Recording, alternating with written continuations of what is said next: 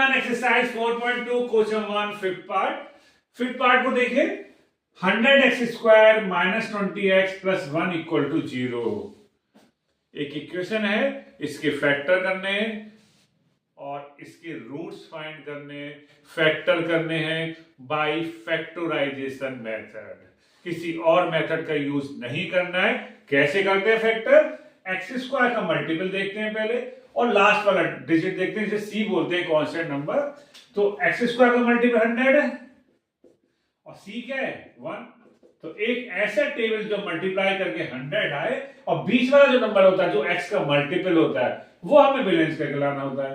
यानी दो डिजिट ऐसी लीजिए जो मल्टीप्लाई करके 100 आए प्लस का 100 और बैलेंस करके उन दोनों डिजिट को प्लस या माइनस करके माइनस 20 आए। तो हमने देखा, हिसाब लगाया, सोचा, वेरी इजी। 10 10 जा 100 और 10 और 10 20। कैसे लिखेंगे? देखिए, इससे तो कुछ कहना नहीं है आपको 100x² से। तो अब माइनस 20 के प्लेस पर लिखना है, इसके प्लेस पर लिख देते हैं 10 10 100। तो माइनस 10x और ये तो प्लस 1 चल ही रहा था आपका। ठीक, फर्स्ट 2 में से कॉमन, 100 और 10 में तो 10 कॉमन आएगा, x² x में x कॉमन आएगा, 10 10 100। अब 10x यहाँ 10x ही बाहर था, कुछ नहीं बचा तो 1 बचा, 0 मत लिख दीजिएगा, 1।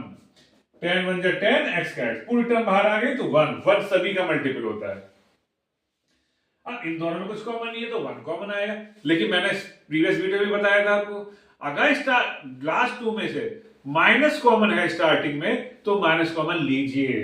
हमने यहां -1 कॉमन लिया तो अंदर का साइन चेंज हो गया, प्लस का माइनस बन गया, माइनस का प्लस बन गया। ओके, अब हमने देखा कि दोनों ब्रैकेट सेम आ गए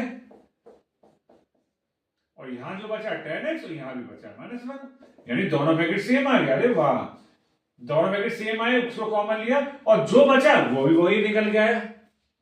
इसका मतलब ये होल स्क्वायर का फॉर्मूला है। लेकिन स्टार्टिंग में हमने नहीं देखा था, हमने तो जनरल मेथड से किया था क्योंकि हमें सॉल्व ही फैक्टराइजेशन मेथड से करना था। तो दोनों ब्रैकेट सेम है तो रख दीजिए 0 के इक्वल। तो 2 टाइम रखने की कोई नीड नहीं है, 1 टाइम में हमें पता लग जाएगा कि जो एक का आंसर आएगा वही दूसरे का आंसर आएगा। तो 1 को उधर ले गए, -1 इधर आके +1 हो गया, मल्टीप्लाई और डिवाइड में हो गया। तो हेंस, और दूसरा भी क्या आएगा, रूट्स कॉमन लगा के सेम लिख दीजिए, है ना। तो हेंस द रूट्स आर